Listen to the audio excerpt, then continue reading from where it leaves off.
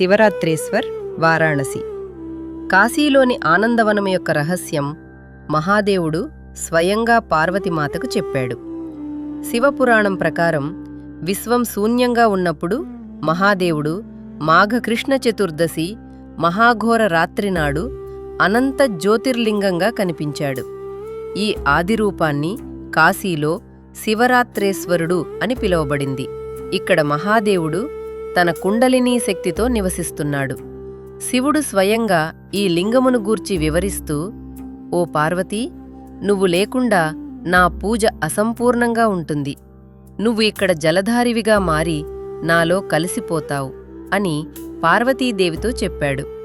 శివరాత్రి రోజు సూర్యాస్తమయ సమయంలో శివరాత్రేశ్వరుణ్ణి పూజించటం వల్ల లక్షలాది జన్మల పాపాలు దహించిపోతాయి మరియు చివరికి మహాదేవుడు స్వయంగా చెవిలో తారకమంత్రం ఉపదేశించటం ద్వారా మోక్షాన్ని ప్రసాదిస్తాడు.